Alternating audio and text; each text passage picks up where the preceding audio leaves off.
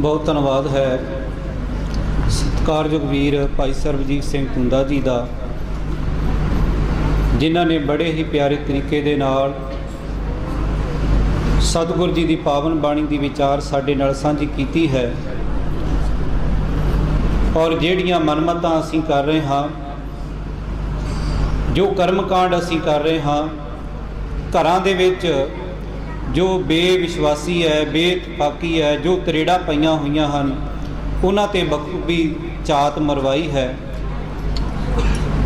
जे सारा कुछ असीं खत्म करना चाहुंदे हाँ तो सतगुरु जी कहंदे ने गुरबाणी इस जग में चानण, ते इस रोशनी दे नाल जुड़िए तां ही साडी जिंदगी दे अंदरों वहमां भरमां भुलेखियां दा पखंडां दा जिहड़ा हनेरा है वो दूर हो सकता है। जे सो चंदा उगवै सूरज चढ़े हज़ार, इते चानण होंदियां गुर बिन घोर अंधार। आओ कुछ समा असीं जिवें वीर जी होना बेनती कर दी है कि थोड़ी जी विचार चर्चा सवाल जवाब जिहड़े कि सिख रहत मर्यादा दे नाल संबंधित होण, गुरबाणी सिख इतिहास गुर इतिहास के नाल कोई संबंधित सवाल होण, सिख फिलासफी नाल संबंधित सवाल होण, वो आप जी साडे तक पहुँचा दिओ। और आए हुए सवालों के जवाब देने वास्ते मैं सदा दिंदा हाँ सत्कारयोग भाई सुखविंदर सिंह जी ददेहर। एक सवाल मैं कल दे दीवान जो सजे सन उन्हां दे विच ये सवाल आए सन, उन्हां विचों एक सवाल मैं इत्थे सामने रख दिंदा हाँ। बाकी सवाल आप स्थानक संगत दे होणगे। नाल बेनती है कि सिੱਖੀ लहर द्वारा ये जिन्ने भी समागम सवेरे शाम हो रहे ने, जेकर तुसीं अपने घरां विच सुनना चाहो तो sikkhilehr.com gurmatgyan.com ये दो वैबसाइट ने, इन्हां ते तुसीं लाइव सारे प्रोग्राम सुन सकते हो। तो जिन्हां दे कोल एंड्रॉयड फोन ने वो गूगल प्ले स्टोर में जाके सिੱਖੀ लहर रेडियो ये एप्लीकेशन डाउनलोड कर सकते हैं। तो अपने मोबाइल पर भी 24 घंटे इंटरनेट द्वारा ये चलन वाला रेडियो तुसीं सुन सकते हो। सो कल दे जिहड़े दीवान सन, कल दो दीवान सन 6 जून 1984 नूं समर्पित। पहला दीवान सवेर दा सी पिंड कोट धर्मचंद तरनताਰਨ, और दूसरा पलासौर तरनताਰਨ, ये रात के दीवान सन। उन्हां दे विच सवाल काफ़ी आए सन। उन्हां दे विचों एक सवाल सी, हो सकता है कि ये जिहड़ी बीमारी है शहरां विच भी आ गई होवे, पिंडां विच बहुत ज़्यादा जोर फड़ रही है कि जगराते बहुत सारे हो रहे हैं। ये जगराते की ने और की सिखां नूं ये गल शोभा दिंदी है जगराते कराने बनते हैं जी?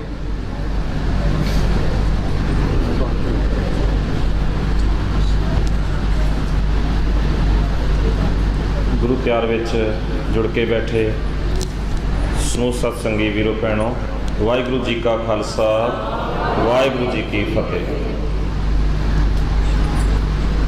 किसी भी वीर भैन का गुरबाणी नाल संबंधित सिख रहत मर्यादा नाल जां इतिहास नाल संबंधित सवाल होवे, वीर जी पैड लैके खड़े ने, डायरी उन्हां दे कोल है, तुसीं अपना सवाल लिखवा सकते हो ताकि आपां इस रहिंदे समय दे विच सवालों की विचार कर सकीए।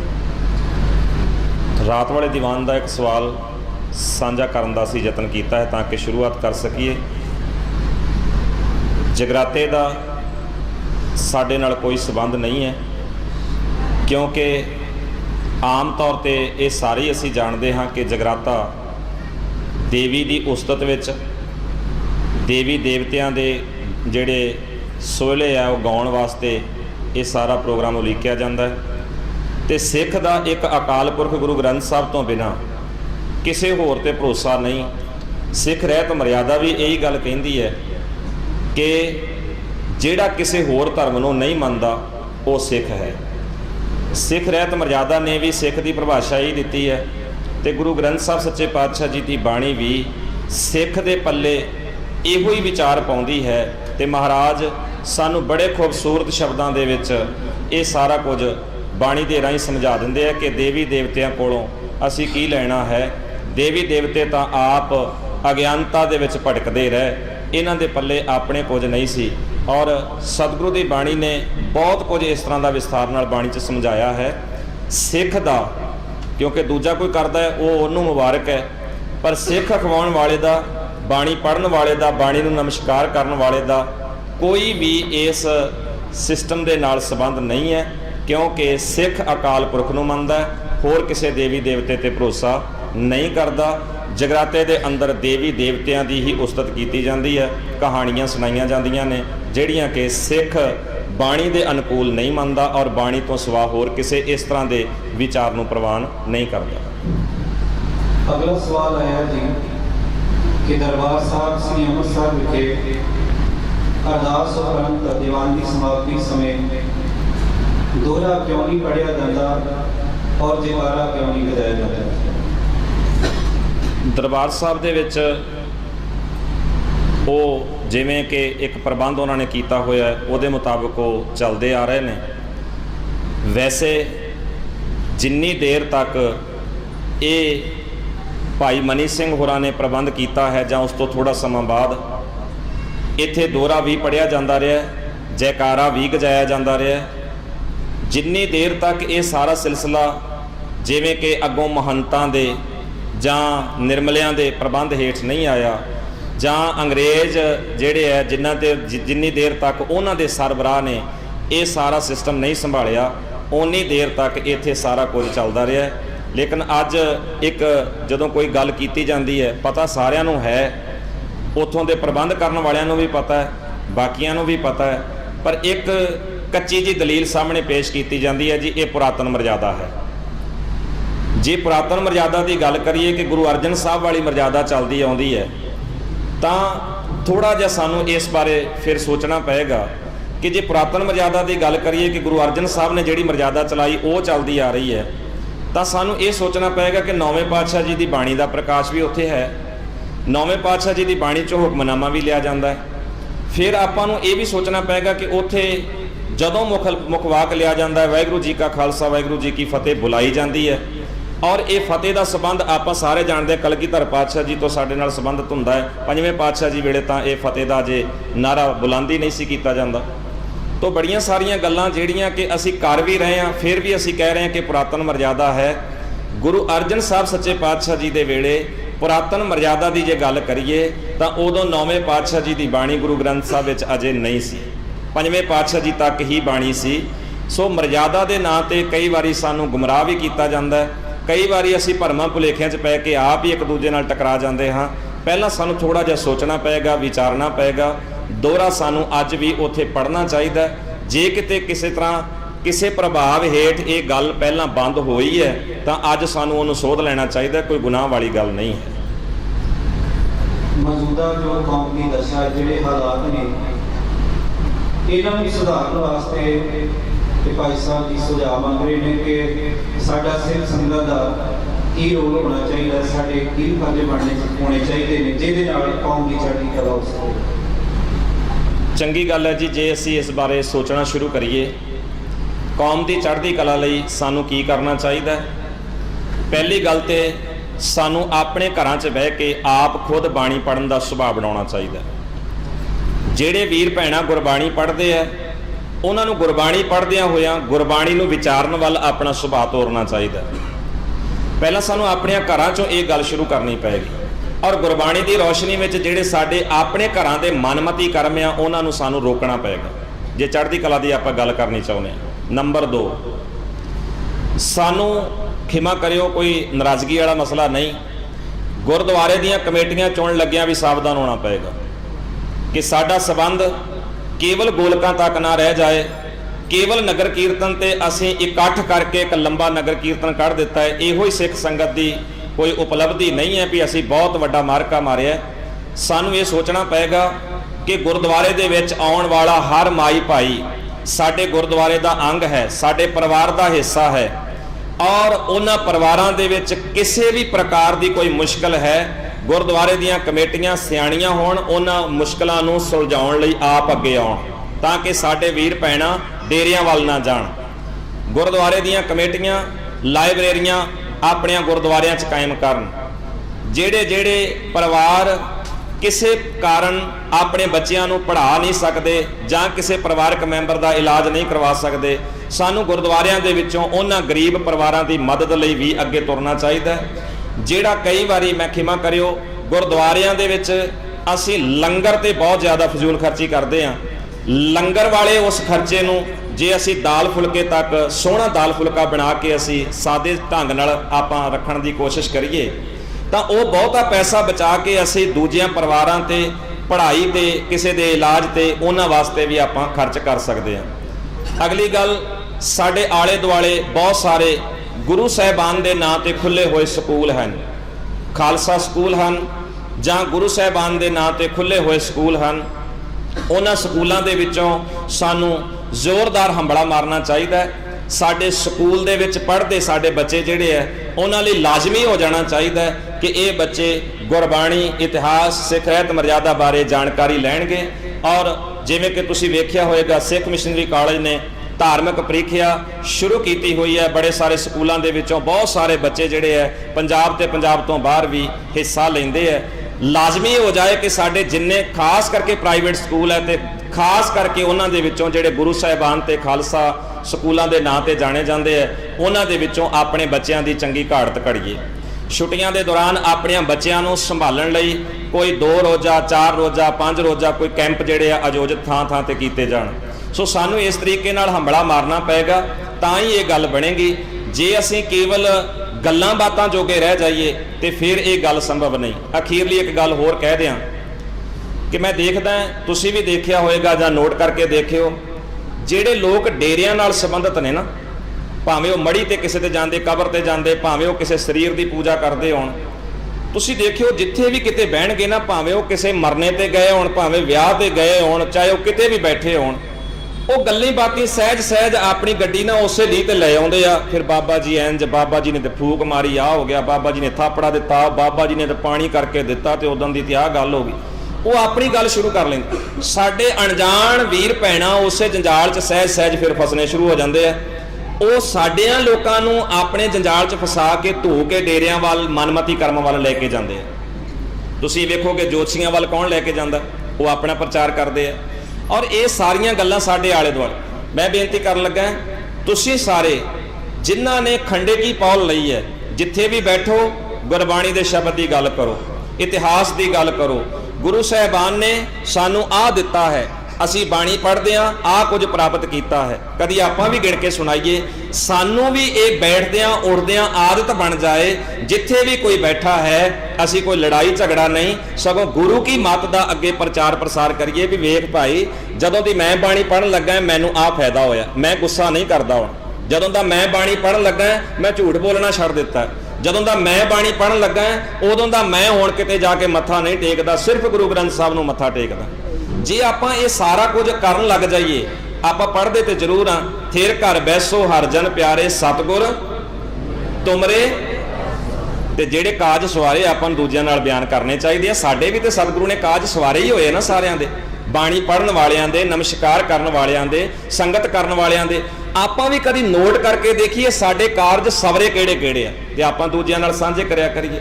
ਤੋ ਆਪਾਂ ਨੂੰ ਇਹ ਸਾਰੀਆਂ ਗੱਲਾਂ ਅਪਣਾਉਣੀਆਂ ਪੈਣਗੀਆਂ, ਅੱਗੇ ਤੁਰਨਾ ਪਏਗਾ, ਪੜ੍ਹਨਾ ਪਏਗਾ, ਵਿਚਾਰਨਾ ਪਏਗਾ ਔਰ ਗੁਰਬਾਣੀ ਦੇ ਮੁਤਾਬਕ ਆਪਣਾ ਜੀਵਨ ਘੜਨਾ ਪਏਗਾ। ਕੌਮ ਦੀ ਚੜ੍ਹਦੀ ਕਲਾ ਜ਼ਰੂਰ ਹੋਏਗੀ। ਗੁਰੂ ਪਿਆਰੇ ਸਾਧ ਸੰਗਤ ਜੀ, ਅਸੀਂ ਦੂਸਰੇ ਧਰਮਾਂ ਤੋਂ ਵੀ ਸਿੱਖ ਸਕਦੇ ਹਾਂ ਕਿ ਉਹਨਾਂ ਦਾ ਪ੍ਰਚਾਰ ਦਾ ਤਰੀਕਾ ਕੀ ਹੈ। ਅਸੀਂ ਬਹੁਤ ਜ਼ੋਰ ਲੰਗਰਾਂ ਤੇ ਲਾਉਂਦੇ ਹਾਂ, 300 ਪ੍ਰਕਾਰ ਦੇ ਲੰਗਰ ਬਣਾਉਂਦੇ ਨੇ, ਹਵਾਈ ਜਹਾਜ਼ ਰਾਹੀਂ ਫੁੱਲਾਂ ਦੀ ਵਰਖਾ ਹੁੰਦੀ ਹੈ, ਕਿੰਨੇ ਵੱਡੇ ਨਗਰ ਕੀਰਤਨ ਨਿਕਲਦੇ ਨੇ ਔਰ ਕਿੰਨਾ ਖਰਚਾ ਹੁੰਦਾ ਹੈ, ਕਿੰਨਾ ਸਾਡਾ ਜ਼ੋਰ ਲੱਗਦਾ ਹੈ, ਪੈਸਾ ਜਾਂਦਾ ਹੈ, ਮਿਹਨਤ ਅਜਾਈ ਚਲੇ ਜਾਂਦੀ ਹੈ ਤੇ ਉਹਦੀ ਔਖੀ ਹੈ। ਦੂਸਰੇ ਧਰਮਾਂ ਵੱਲ ਦੇਖੋ, ਭਾਵੇਂ ਇਸਲਾਮ ਹੈ ਤੇ ਭਾਵੇਂ ਈਸਾਈ ਮਤ ਹੈ, ਉਹ ਕਿੰਨੇ ਲੰਗਰ ਲਾਉਂਦੇ ਨੇ ਜਾਂ ਕਿੰਨੇ ਵੱਡੇ ਇਕੱਠ ਕਰਦੇ ਨੇ, ਕਿੰਨਾ ਉਹ ਪੈਸਾ ਇਸ ਕੰਮ ਲਈ ਲਾਉਂਦੇ ਨੇ, ਬਲਕਿ ਉਹ ਐਜੂਕੇਸ਼ਨ ਦੇਣ ਵਾਸਤੇ ਵੱਧ ਤੋਂ ਵੱਧ ਯਤਨ ਕਰਦੇ ਨੇ। ਛੋਟੇ ਬੱਚਿਆਂ ਨੂੰ, ਭਾਵੇਂ ਉਹ ਅਮੀਰ ਹੈ ਗਰੀਬ ਹੈ, ਲਾਜ਼ਮੀ ਤੌਰ ਤੇ ਇਸਲਾਮ ਦੇ ਵਿੱਚ ਉਹਨਾਂ ਨੂੰ ਮਦਰਸੇ ਜਾ ਕੇ ਤੇ ਆਪਣੇ ਧਰਮ ਬਾਰੇ ਉਹਨਾਂ ਨੂੰ ਲੈਣਾ ਹੀ ਪੈਂਦਾ ਹੈ। ਤਾਂ ਅਸੀਂ ਬੱਚਿਆਂ ਦੀ ਕੀ ਕੁਝ ਕਰ ਰਹੇ, ਇਸ ਪਾਸੇ ਸਾਨੂੰ ਧਿਆਨ ਦੇਣਾ ਚਾਹੀਦਾ ਹੈ। ਤੇ ਆਪ ਜੀ ਦੇ ਜਾਣਕਾਰੀ ਹੈ ਕਿ ਗੁਰਮਤਿ ਗਿਆਨ ਮਿਸ਼ਨਰੀ ਕਾਲਜ ਵੱਲੋਂ ਪੰਜਾਬ ਅਤੇ ਪੰਜਾਬ ਤੋਂ ਬਾਹਰ ਵੀ ਗੁਰਮਤਿ ਪ੍ਰਚਾਰ ਕੇਂਦਰ ਸਥਾਪਿਤ ਕੀਤੇ ਗਏ ਨੇ। ਉਹਨਾਂ ਦਾ ਮਕਸਦ ਇਹ ਹੀ ਹੈ ਕਿ ਪਿੰਡਾਂ ਸ਼ਹਿਰਾਂ ਦੇ ਵਿੱਚ ਇੱਕ ਪ੍ਰਚਾਰਕ 8-10 ਪਿੰਡਾਂ ਵਿੱਚ ਜਾ ਕੇ ਬੱਚਿਆਂ ਦੀਆਂ, ਨੌਜਵਾਨਾਂ ਦੀਆਂ ਔਰ ਸਿਆਣੀ ਸੰਗਤ ਦੀਆਂ, ਜਿਹੜੇ ਵਡੇਰੀ ਉਮਰ ਦੀ ਹੈ, ਉਹਨਾਂ ਦੀਆਂ ਕਲਾਸਾਂ ਲਗਾਉਣ ਤਾਂ ਕਿ ਗੁਰਬਾਣੀ ਇਤਿਹਾਸ ਨੂੰ ਜਾਣੂ ਹੋਣ, ਆਪਣੇ ਗੁਰੂ ਦੇ ਨਾਲ, ਧਰਮ ਦੇ ਨਾਲ ਇਸ ਤਰ੍ਹਾਂ ਉਹ ਜੁੜੇ ਰਹਿ ਸਕਣ। ਅਗਲਾ ਸਵਾਲ ਆਇਆ ਜੀ, ਕਿ ਦਰਬਾਰ ਸਾਹਿਬ ਸ੍ਰੀ ਅੰਮ੍ਰਿਤਸਰ ਸਾਹਿਬ ਵਿਖੇ ਗੁਰੂ ਗ੍ਰੰਥ ਸਾਹਿਬ ਜੀ ਦਾ ਜਦ ਪ੍ਰਕਾਸ਼ ਹੁੰਦਾ ਹੈ ਤੇ 5 ਸ਼ੇਰ ਮਾਲੇ ਲਗਾਏ ਜਾਂਦੇ ਨੇ। ਕੀ ਇਹ ਸਤਿਕਾਰ ਵਜੋਂ ਨੇ ਜਾਂ ਕੋਈ ਇਸ ਦਾ ਹੋਰ ਭਾਵ ਹੈ? ਸਤਿਕਾਰ ਵਜੋਂ ਆ ਜੀ, ਗੁਰੂ ਗ੍ਰੰਥ ਸਾਹਿਬ ਦੀ ਸੇਵਾ ਸੰਭਾਲ ਲਈ ਹੈ ਔਰ ਸਤਿਗੁਰੂ ਜੀ ਦੀ ਸੇਵਾ ਸੰਭਾਲ ਚੰਗੇ ਤਰੀਕੇ ਨਾਲ ਇਸੇ ਤਰ੍ਹਾਂ ਕਰਨੀ ਚਾਹੀਦੀ ਹੈ। ਇਹਦੇ 'ਚ ਕੋਈ ਦਿੱਕਤ ਨਹੀਂ, ਕੋਈ ਮਨਮਤ ਨਹੀਂ ਹੈ। ਸਤਿਗੁਰੂ ਜੀ ਦੀ ਸਰੂਪ ਦੀ ਸੇਵਾ ਸੰਭਾਲ, ਕਿਉਂਕਿ ਇੰਨਾ ਵੱਡਾ ਸਥਾਨ ਹੈ ਔਰ ਜਿੰਨਾ ਉਹ ਵੱਡਾ ਸਥਾਨ ਹੈ, ਜਿੰਨਾ ਉੱਥੇ ਸੰਗਤਾਂ ਦੀਆਂ ਲਗਾਤਾਰ ਜਿਹੜੀ ਆਵਾਜਾਈ ਰਹਿੰਦੀ ਹੈ, ਜਿੰਨੀਆਂ ਸਾਡੀਆਂ ਭਾਵਨਾਵਾਂ ਨੇ, ਉਸੇ ਤਰੀਕੇ ਨਾਲ ਹੀ ਗੁਰੂ ਗ੍ਰੰਥ ਸਾਹਿਬ ਜੀ ਦੇ ਸਰੂਪ ਦੀ ਉੱਥੇ ਸੇਵਾ ਸੰਭਾਲ ਹੁੰਦੀ ਹੈ। ਕਰਨੀ ਚਾਹੀਦੀ, ਸਾਨੂੰ ਸਾਰਿਆਂ ਨੂੰ ਕਰਨਾ ਚਾਹੀਦਾ। ਸੁਖਮਨੀ ਸਾਹਿਬ ਜੀ ਦਾ ਪਾਠ ਜਾਂ ਕਈ ਹੋਰ ਪਾਠ ਨੇ ਜਿਨ੍ਹਾਂ ਦੇ ਮਨ ਤੋਂ ਪਿੱਛੋਂ ਜਾਂ ਅਸਲੀ ਪਿੱਛੋਂ ਕੋਈ ਖਾਸ ਪੰਕਤੀ ਗੁਰਬਾਣੀ ਦੀ ਜਾਂ ਸ਼ਬਦ ਪੜ੍ਹਿਆ ਜਾਂਦਾ ਹੈ, ਕੀ ਇਸ ਤਰ੍ਹਾਂ ਕਰਨਾ ਇਹ ਠੀਕ ਹੈ ਜੀ? ਮਨਮਤ ਹੈ ਜੀ। ਗੁਰੂ ਗ੍ਰੰਥ ਸਾਹਿਬ ਸੱਚੇ ਪਾਤਸ਼ਾਹ ਜੀ ਦੀ ਪਾਵਨ ਬਾਣੀ ਦੇ ਨਾਲ ਇਹ ਖਿਲਵਾੜ ਹੈ। ਮੈਂ ਤਾਂ ਕਹਾਂਗਾ ਕਿ ਜਿਹੜੇ ਲੋਕ ਇਸ ਤਰ੍ਹਾਂ ਕਰਦੇ ਆ, ਸਾਨੂੰ ਉਹਨਾਂ ਨੂੰ ਪੁੱਛਣਾ ਚਾਹੀਦਾ, ਕਿਉਂਕਿ ਗੁਰੂ ਗ੍ਰੰਥ ਸਾਹਿਬ ਜੀ ਦੀ ਤਾਬਿਆ ਤੁਸੀਂ ਬੈਠ ਜਾਓ, ਸੁਖਮਨੀ ਸਾਹਿਬ ਦਾ ਪਾਠ ਆਪ ਦਰਸ਼ਨ ਕਰੋ, ਆਸਾ ਕੀ ਵਾਰ ਦਾ ਪਾਠ ਆਪ ਦਰਸ਼ਨ ਕਰੋ। ਤੁਹਾਨੂੰ ਜਿਸ ਤਰ੍ਹਾਂ ਪਾਠ ਗੁਰੂ ਗ੍ਰੰਥ ਸਾਹਿਬ ਜੀ ਦੇ ਵਿੱਚ ਲਿਖਿਆ ਹੈ, ਜੋ ਗੁਰੂ ਸਾਹਿਬ ਜੀ ਦੇ ਆਪਣੇ ਹੱਥਾਂ ਦਾ ਸੰਪਾਦਿਤ ਕੀਤਾ ਹੋਇਆ, ਇਹਦੇ ਨਾਲ ਛੇੜਛਾੜ ਕਰਨੀ, ਕੋਈ ਵਾਧ ਘਾਟ ਕਰਨੀ, ਆਪਣੇ ਵੱਲੋਂ ਹੀ ਬਾਣੀ 'ਚ ਕੋਈ ਪੰਕਤੀਆਂ ਲਾ ਕੇ ਸੰਪਟ ਬਣਾ ਕੇ ਅਸੀਂ ਇਹ ਪਾਠ ਜਿਹੜੇ ਆ ਰਚਣੇ, ਇਹ ਗੁਰਬਾਣੀ ਨਾਲ ਛੇੜਛਾੜ ਹੈ, ਨਹੀਂ ਹੋਣੀ ਚਾਹੀਦੀ। ਇਹਨੂੰ ਵੱਡੇ ਪੱਧਰ ਤੇ ਸਾਨੂੰ ਰੋਕਣ ਲਈ ਅੱਗੇ ਆਉਣਾ ਚਾਹੀਦਾ ਹੈ। ਕਈ ਤਾਂ ਵੀਰ ਭੈਣਾਂ ਆਪ ਖੁਦ ਇਸ ਜੰਜਾਲ 'ਚ ਫਸੇ ਆ, ਹੱਲਾਸ਼ੇਰੀ ਦਿੰਦੇ ਵੀ ਠੀਕ ਹੈ ਜੀ, ਜੇ ਤੁਸੀਂ ਇੱਕ ਸੰਪਟ ਲਾਇਆ ਦੂਰਾ ਲਾ ਕੇ ਹੋਰ ਦਿਓ, ਔਰ ਇਹ ਸਾਰੇ ਦੋਸ਼ੀ ਨੇ। ਜੇ ਗੁਰੂ ਗ੍ਰੰਥ ਸਾਹਿਬ ਸੱਚੇ ਪਾਤਸ਼ਾਹ ਜੀ ਦੀ ਬਾਣੀ ਨਾਲ ਕੋਈ ਖਿਲਵਾੜ ਕਰਦਾ ਹੈ, ਕੋਈ ਅਦਲਾ ਬਦਲੀ ਕਰਦਾ ਹੈ, ਉਹਨੂੰ ਕੋਈ ਹੱਕ ਨਹੀਂ, ਕਿਉਂਕਿ ਅੱਜ ਦਾ ਕੋਈ ਵੀ ਵਿਅਕਤੀ ਜਾਂ ਸੰਸਥਾ ਗੁਰੂ ਸਾਹਿਬ ਨਾਲੋਂ ਸਿਆਣੇ ਨਹੀਂ ਹਨ ਕਿ ਉਹ ਆਪਣੀ ਮਰਜ਼ੀ ਨਾਲ ਸੰਪਟ ਲਾ ਕੇ, ਕਿਉਂਕਿ ਸੰਪਟ ਲਾ ਕੇ ਕਰਨ ਦਾ ਮਤਲਬ ਇਹ ਹੈ ਕਿ ਇਹਦੇ ਨਾਲ ਤੁਹਾਨੂੰ ਜ਼ਿਆਦਾ ਫਾਇਦਾ ਹੋਏਗਾ। ਕਿ ਗੁਰੂ ਅਰਜਨ ਸਾਹਿਬ ਸੱਚੇ ਪਾਤਸ਼ਾਹ ਸਾਨੂੰ ਫਾਇਦਾ ਨਹੀਂ ਸੀ ਦੇਣਾ ਚਾਹੁੰਦੇ? ਔਰ ਬੜਾ ਕੁਝ ਐਸਾ ਅਸੀਂ ਕਰ ਰਹੇ ਹਾਂ। ਸਾਨੂੰ ਇਹਨਾਂ ਗੱਲਾਂ ਤੋਂ ਗੁਰੇਜ਼ ਕਰਨਾ ਚਾਹੀਦਾ ਹੈ ਔਰ ਗੁਰਬਾਣੀ ਦੇ ਨਾਲ ਜਿਹੜੇ ਕਿਤੇ ਵੀ ਤੁਕ ਲਾ ਕੇ, ਇਸ ਤਰ੍ਹਾਂ ਅੱਖਰ ਲਾ ਕੇ ਵਾਧ ਘਾਟ ਕੀਤੀ ਗਈ ਹੈ, ਉਹ ਸਾਨੂੰ ਰੋਕਣੀ ਚਾਹੀਦੀ ਹੈ। ਸੰਤ ਕਿਸ ਨੂੰ ਆਖਦੇ ਹਨ? ਇਹ ਜਿਹੜਾ ਸਵਾਲ ਹੈ ਸਾਨੂੰ ਕਰੀਬ ਹਰੇਕ ਦੀਵਾਨ ਦੇ ਵਿੱਚ ਆਉਂਦਾ ਹੈ। ਇੱਥੇ ਵੀ ਸਾਡੇ ਕੋਲ ਇਹ ਸਵਾਲ ਆਇਆ ਜੀ ਕਿ ਸੰਤ ਕਿਸ ਨੂੰ ਆਖਦੇ ਹਨ? ਕਿ ਗੁਰਬਾਣੀ ਵਿੱਚ ਇਹ ਸ਼ਬਦ ਕਿਸੇ ਵਿਅਕਤੀ ਲਈ ਵਰਤਿਆ ਗਿਆ ਹੈ? ਸੰਤ ਸ਼ਬਦ ਗੁਰੂ ਗ੍ਰੰਥ ਸਾਹਿਬ ਦੀ ਬਾਣੀ ਪੜ੍ਹਨ ਵਾਲਿਆਂ ਨੂੰ ਚੇਤੇ ਹੋਏਗਾ, ਅਕਾਲ ਪੁਰਖ ਲਈ ਵਰਤਿਆ ਗਿਆ ਹੈ, ਗੁਰੂ ਸਾਹਿਬ ਲਈ ਵਰਤਿਆ ਗਿਆ ਹੈ, ਜਾਂ ਫਿਰ ਸਮੁੱਚੀ ਸਾਧ ਸੰਗਤ ਲਈ ਵਰਤਿਆ ਗਿਆ। ਕਿਸੇ ਇੱਕ ਵਿਸ਼ੇਸ਼ ਵਿਅਕਤੀ ਨੂੰ ਸੰਤ ਕਹਿ ਕੇ ਇਸ ਤਰ੍ਹਾਂ ਸੰਬੋਧਨ ਨਹੀਂ ਕੀਤਾ ਗਿਆ। ਦੂਜੀ ਗੱਲ, ਸੰਤ ਅਵਸਥਾ ਦਾ ਨਾਂ ਅਸੀਂ ਮਿਥ ਲਈਏ ਤਾਂ ਮੁਬਾਰਕ ਹੈ। ਕੋਈ ਘਰ 'ਚ ਕੰਮ ਕਰਨ ਵਾਲਾ, ਦੁਕਾਨ ਤੇ ਕੰਮ ਕਰਨ ਵਾਲਾ ਵੀ ਉਸ ਅਵਸਥਾ ਨੂੰ ਪ੍ਰਾਪਤ ਕਰ ਸਕਦਾ ਹੈ। ਸੱਚਖੰਡ ਵਸੈ ਨਿਰੰਕਾਰ। ਪਰ ਖਿਮਾ ਕਰਿਓ, ਨਾਰਾਜ਼ ਨਾ ਹੋਇਓ, ਅੱਜ ਅਸੀਂ ਸਿਰਫ ਇੱਕ ਭੇਖ ਦਾ ਨਾਂ ਸੰਤ ਰੱਖ ਲਿਆ ਹੈ। ਜਦੋਂ ਅਸੀਂ ਭੇਖ ਨੂੰ ਸੰਤ ਮੰਨ ਕੇ ਤੁਰ ਰਹੇ ਹਾਂ ਤਾਂ ਬੜਾ ਹੀ ਸਾਰਾ ਖਿਲਵਾੜ ਅੱਜ ਸਾਡੇ ਸਮਾਜ ਵਿੱਚ ਹੋ ਰਿਹਾ ਹੈ। ਕਈ ਸਾਰੇ ਗਲਤ ਲੋਕ ਭੇਖ ਦਾ ਆਸਰਾ ਲੈ ਕੇ ਤੇ ਆਪਣੇ ਆਪ ਦੀ ਪੂਜਾ ਕਰਵਾ ਰਹੇ ਨੇ। ਸਾਨੂੰ ਇਸ ਗੱਲ ਤੋਂ ਪਹਿਲਾਂ ਸੁਚੇਤ ਹੋਣਾ ਪਏਗਾ। ਗੁਰੂ ਗ੍ਰੰਥ ਸਾਹਿਬ ਦੀ ਬਾਣੀ ਨੇ ਜਦੋਂ ਸਾਨੂੰ ਇਹ ਗੱਲਾਂ ਸਮਝਾਈਆਂ ਤਾਂ ਕਈ ਵਾਰੀ ਸਾਨੂੰ ਇਹ ਭੁਲੇਖੇ ਜਿਹੜੇ ਆ ਤਾਂ ਪੈਂਦੇ ਆ ਕਿ ਅਸੀਂ ਸਾਰਾ ਕੁਝ ਪੜ੍ਹਦੇ ਆ, ਸੁਣਦੇ ਆ, ਗੁਰਬਾਣੀ ਨੂੰ ਜਿਹੜੇ ਨੇਮ ਦੇ ਤਹਿਤ ਪੜ੍ਹਨਾ ਚਾਹੀਦਾ ਸੀ ਉਸ ਨੇਮ ਦੇ ਤਹਿਤ ਪੜ੍ਹਦੇ ਨਹੀਂ। ਗੁਰਬਾਣੀ ਗ੍ਰਾਮਰ ਦੇ, ਵਿਆਕਰਣ, ਨੇਮ ਦੇ ਅਨੁਸਾਰ ਲਿਖੀ ਗਈ ਹੈ, ਅਸੀਂ ਧਿਆਨ ਨਹੀਂ ਦਿੰਦੇ। ਸੰਤ ਸ਼ਬਦ ਦੀ ਗੱਲ ਹੈ। ਜਿਹੜੇ ਵੀਰ ਭੈਣਾਂ ਪਾਠ ਕਰਦੇ, ਤੁਹਾਨੂੰ ਚੇਤਾ ਹੋਏਗਾ, ਸੰਤ ਤੱਤੇ ਨੂੰ ਔਂਕੜ ਨਾਲ ਵੀ ਆ ਜਾਂਦਾ ਹੈ, ਤੱਤੇ ਨੂੰ ਸਿਹਾਰੀ ਨਾਲ ਵੀ ਆ ਜਾਂਦਾ ਹੈ, ਤੱਤਾ ਮੁਕਤਾ ਵੀ ਆ ਜਾਂਦਾ ਹੈ।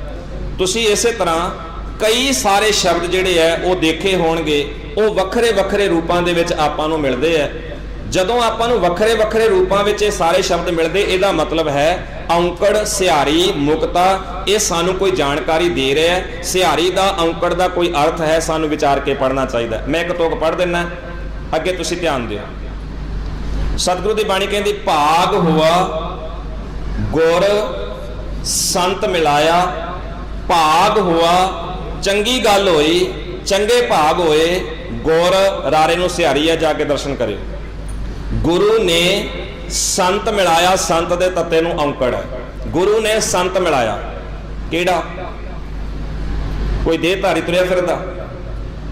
ਇੱਥੇ ਸੰਤ ਸ਼ਬਦ ਇੱਕ ਵਚਨ ਪੁਲਿੰਗ ਹੈ, ਪਰਮਾਤਮਾ ਵਾਸਤੇ ਵਰਤਿਆ। ਗੁਰੂ ਨੇ ਮੈਨੂੰ ਪਰਮੇਸ਼ਰ ਮਿਲਾ ਦਿੱਤਾ, ਔਰ ਫੈਸਲਾ ਨਾਲ ਹੀ ਉੱਥੇ ਕਲੀਅਰ ਹੈ, ਭਾਗ ਹੋਆ ਗੁਰ ਸੰਤ ਮਿਲਾਇਆ ਪ੍ਰਭ ਅਬਿਨਾਸ਼ੀ। ਇਹ ਤੋਂ ਵੱਧ ਹੋਰ ਕੀ ਹੋ ਸਕਦਾ? ਪਰ ਜਿਨ੍ਹਾਂ ਨੇ ਵਿਚਾਰਨਾ ਨਹੀਂ, ਜਾਂ ਅੱਖਾਂ ਮੀਟ ਕੇ ਚੱਲਣਾ ਹੈ, ਜਾਂ ਢੀਠ ਹੋ ਕੇ ਰਹਿਣਾ ਹੈ, ਉਹ ਕਹਿਣਗੇ ਵੇਖੋ ਜੀ ਗੁਰੂ ਸਾਹਿਬ ਨੇ ਕਿਰਪਾ ਕੀਤੀ ਸਾਨੂੰ ਤੇ ਆ ਮਹਾਂਪੁਰਖ ਮਿਲਾਤੇ। ਉਹ ਕਿਸੇ ਬੰਦੇ ਵੱਲ ਹੀ ਭੱਜਣਗੇ। ਪਰ ਜਦੋਂ ਕਿ ਉੱਥੇ ਲਿਖਿਆ ਪ੍ਰਭ ਅਬਿਨਾਸ਼ੀ ਘਰ ਮੈਂ ਪਾਇਆ। ਔਰ ਅਸੀਂ ਜਦੋਂ ਅਵੇਸਲੇ ਹੋ ਕੇ ਬਾਣੀ ਪੜ੍ਹਦੇ ਹਾਂ ਤੇ ਟਪਲੇ ਲੱਗਦੇ ਆ, ਭੁਲੇਖੇ ਲੱਗਦੇ ਆ।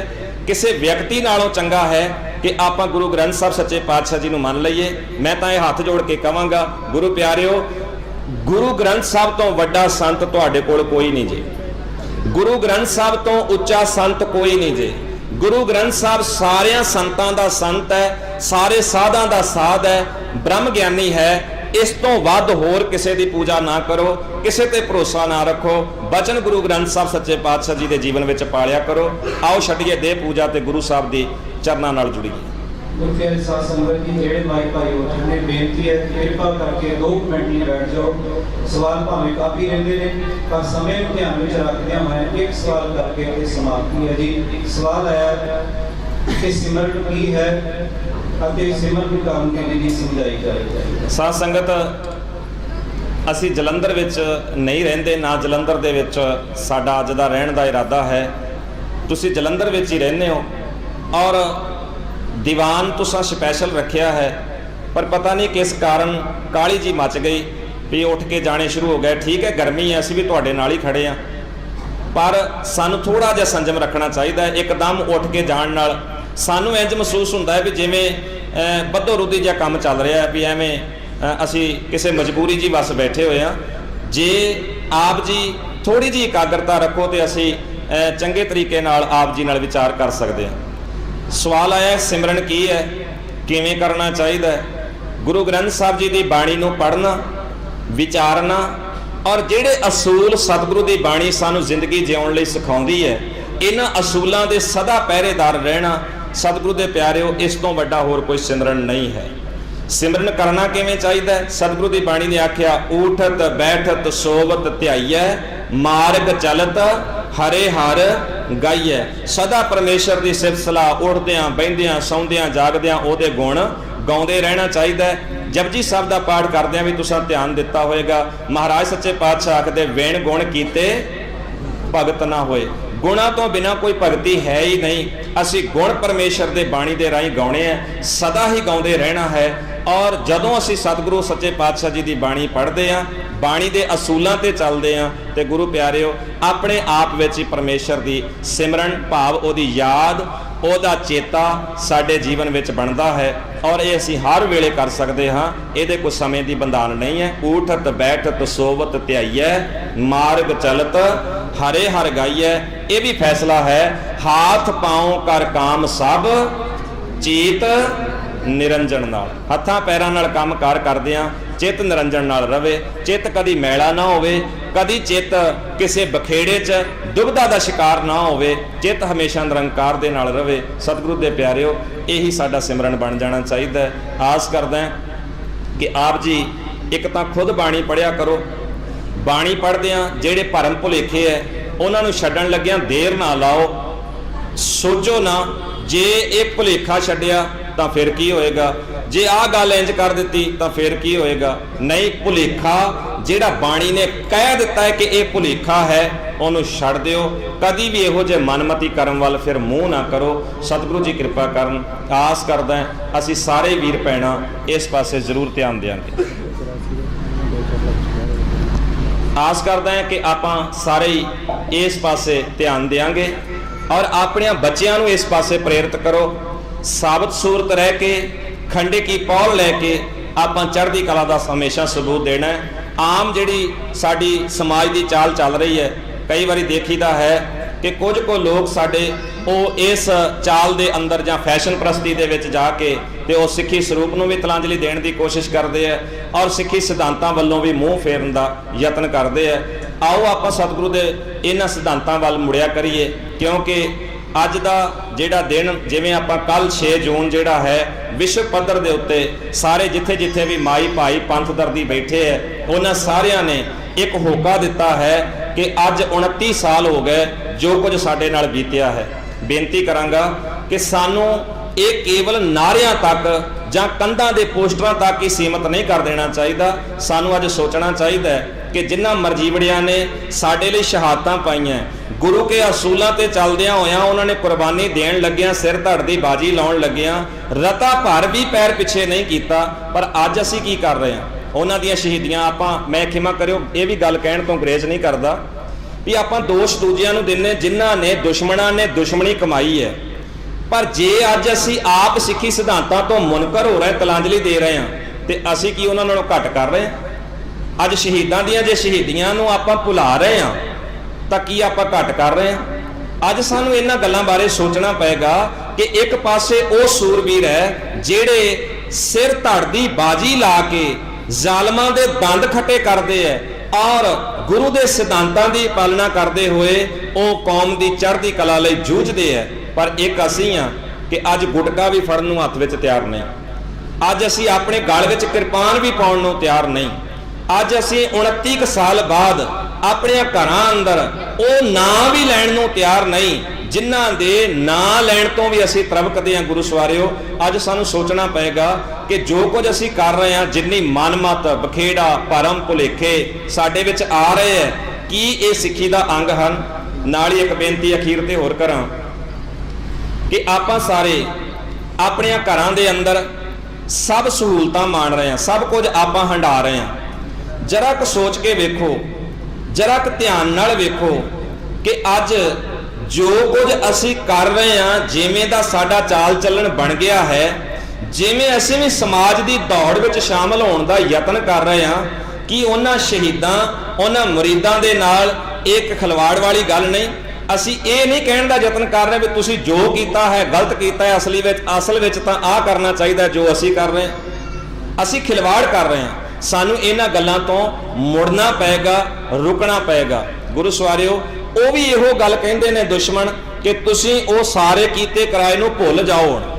ਔਰ ਅਸੀਂ ਆਪ ਖੁਦ ਵੀ ਉਸੇ ਚਾਲ ਤੇ ਚੱਲਣ ਲਈ ਤਿਆਰ ਬੈਠੇ ਹਾਂ ਵੀ ਜੋ ਹੋਇਆ ਉਹ ਸਾਨੂੰ ਨਹੀਂ ਪਤਾ ਕੀ ਹੋਇਆ, ਸਾਨੂੰ ਨਹੀਂ ਪਤਾ ਕਿਹਨੇ ਕੀਤਾ ਹੈ, ਸਾਨੂੰ ਚੇਤਾ ਰੱਖਣਾ ਪੈਣਾ। ਜੇ ਅਸੀਂ ਚੇਤਾ ਨਹੀਂ ਰੱਖਦੇ ਤੇ ਆਉਣ ਵਾਲੀਆਂ ਨਸਲਾਂ ਨੇ ਸਾਨੂੰ ਕਦੀ ਮੁਆਫ ਨਹੀਂ ਕਰਨਾ। ਸਾਨੂੰ ਪਹਿਲਾਂ ਸੋਚਣਾ ਪਏਗਾ ਕਿ ਅੱਜ ਸਾਨੂੰ ਕਿਹੜੀ ਚੀਜ਼ ਦੀ ਲੋੜ ਹੈ, ਕਿਸ ਤਰ੍ਹਾਂ ਚੱਲਣਾ ਚਾਹੀਦਾ ਹੈ, ਪੰਥਕ ਏਕਤਾ ਕੀ ਹੈ ਔਰ ਪੰਥਕ ਸਿਧਾਂਤ ਕੀ ਹਨ, ਕਿਹੜਿਆਂ ਅਸੂਲਾਂ ਤੇ ਪਹਿਰਾ ਦੇ ਕੇ ਅਸੀਂ ਚੜ੍ਹਦੀ ਕਲਾ ਦਾ ਸਬੂਤ ਦੇ ਸਕਦੇ ਹਾਂ। ਕੋਸ਼ਿਸ਼ ਕਰੋ ਅਸੀਂ ਸਤਿਗੁਰੂ ਦੇ ਸਿਧਾਂਤਾਂ ਵੱਲ ਮੁੜੀਏ ਔਰ ਗੁਰੂ ਸਾਹਿਬ ਦੇ ਸਿਧਾਂਤਾਂ ਤੇ ਚੱਲਦਿਆਂ ਹੋਇਆਂ ਆਪਣੇ ਜੀਵਨ ਨੂੰ ਸਫਲਾ ਕਰੀਏ। ਪੰਥ ਨੂੰ ਕੋਈ, ਇਸ ਸਮਾਜ ਨੂੰ ਕੋਈ ਚੰਗੀ ਸੇਧ ਦੇਣ ਦਾ, ਚੰਗੀ ਪ੍ਰੇਰਨਾ ਦੇਣ ਦਾ ਆਪਾਂ ਸਾਰੇ ਰਲ ਮਿਲ ਕੇ ਯਤਨ ਕਰਿਆ ਕਰੀਏ। ਆਸ ਕਰਦਾ ਆਪ ਜੀ ਸਾਰੇ ਇਹਨਾਂ ਗੱਲਾਂ ਵੱਲ ਜ਼ਰੂਰ ਧਿਆਨ ਦਿਓਗੇ ਔਰ ਆਪੋ ਆਪਣੇ ਘਰਾਂ ਦੀ ਜ਼ਿੰਮੇਵਾਰੀ ਸੰਭਾਲ ਕੇ ਗੁਰਸਿੱਖੀ ਦੇ ਰੰਗ ਵਿੱਚ ਰੰਗਣ ਦਾ ਸਾਰੇ ਯਤਨ ਕਰੋਗੇ। ਸਾਰਿਆਂ ਦਾ, ਵੀਰਾਂ ਦਾ, ਭੈਣਾਂ ਦਾ, ਸਾਰੇ ਪ੍ਰਬੰਧਕ ਵੀਰਾਂ ਦਾ ਤਹਿ ਦਿਲੋਂ ਧੰਨਵਾਦ ਹੈ ਜਿਨ੍ਹਾਂ ਨੇ ਇਹ ਸਤਿਗੁਰੂ ਸੱਚੇ ਪਾਤਸ਼ਾਹ ਜੀ ਦੀ ਗੋਦ ਵਿੱਚ ਬੈਠ ਕੇ ਆਪਾਂ ਨੂੰ ਬਾਣੀ ਸੁਣਨ, ਪੜ੍ਹਨ, ਵਿਚਾਰਨ ਵਾਸਤੇ ਇਹ ਸਾਰਾ ਸੋਹਣਾ ਮਾਹੌਲ ਤਿਆਰ ਕੀਤਾ ਹੈ। ਸਤਿਗੁਰੂ ਕਿਰਪਾ ਕਰਨ ਸਾਨੂੰ ਇਸੇ ਤਰ੍ਹਾਂ ਸਤਿਗੁਰੂ ਦੇ ਚਰਨਾਂ ਨਾਲ ਪਿਆਰ ਬਣ ਆਵੇ ਔਰ ਗੁਰਸਿੱਖੀ ਦੇ ਰੰਗ ਵਿੱਚ ਰੰਗ ਕੇ ਅਸੀਂ ਆਪਣੇ ਜੀਵਨ ਨੂੰ ਸਫਲ ਕਰਦੇ ਰਹੀਏ। ਸਰਬੱਤ ਦਾ ਬਹੁਤ ਬਹੁਤ ਧੰਨਵਾਦ। ਸਿੱਖੀ ਲਹਿਰ ਦੇ ਜਥੇ ਵੱਲੋਂ ਵਿਚਾਰ ਕਰਦੇ ਹਾਂ, ਸੇਵਾ ਕਰਦੇ ਹਾਂ, ਆਪ ਜੀ ਦੇ ਵਿੱਚ ਵਿਚਰਦੇ ਹਾਂ। ਕੋਈ ਭੁੱਲ ਚੁੱਕ ਗਲਤੀ ਆਪ ਜੀ ਨੂੰ ਨਜ਼ਰ ਆਈ ਹੋਵੇ ਉਹ ਸਾਡੀ ਜਾਣ ਕੇ ਸਾਨੂੰ ਖਿਮਾ ਕਰ ਦੇਣੀ। ਕੋਈ ਗੱਲ ਚੰਗੀ ਲੱਗੀ ਹੋਵੇ ਉਹ ਆਪਣੇ ਪੱਲੇ ਬੰਨ੍ਹ ਲੈਣੀ ਗੁਰੂ ਸਾਹਿਬ ਜੀ ਦੀ ਜਾਣ ਕੇ।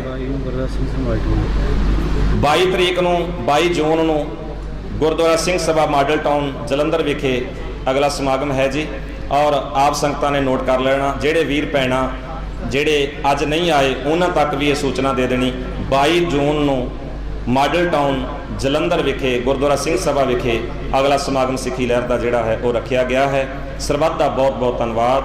ਬਾਹਰ ਗੁਰਮਤਿ ਦਾ ਸਟਾਲ ਲੱਗਾ ਹੋਇਆ ਹੈ। ਆਪ ਸੰਗਤ ਨੇ ਉੱਥੋਂ ਆਪੋ ਆਪਣੀ ਰੁਚੀ ਦੇ ਮੁਤਾਬਕ ਗੁਰਬਾਣੀ, ਇਤਿਹਾਸ, ਮਰਜ਼ਾਦਾ ਔਰ ਬਹੁਤ ਸਾਰੀਆਂ ਕਿਤਾਬਾਂ ਜਿਹੜੀਆਂ ਉੱਥੇ ਸੰਬੰਧਿਤ ਪਈਆਂ ਹੋਈਆਂ ਨੇ ਉਹਨਾਂ ਨੂੰ ਲੈਣ ਦਾ ਯਤਨ ਕਰਨਾ, ਘਰਾਂ ਦਾ ਸ਼ਿੰਗਾਰ ਬਣਾਉਣਾ, ਆਪ ਪੜ੍ਹਨੀਆਂ ਤੇ ਬੱਚਿਆਂ ਨੂੰ ਪੜ੍ਹਾਉਣੀਆਂ। ਸਰਬੱਤ ਦਾ ਬਹੁਤ ਬਹੁਤ ਧੰਨਵਾਦ। ਵਾਹਿਗੁਰੂ ਜੀ ਕਾ ਖਾਲਸਾ, ਵਾਹਿਗੁਰੂ ਜੀ ਕੀ ਫਤਿਹ।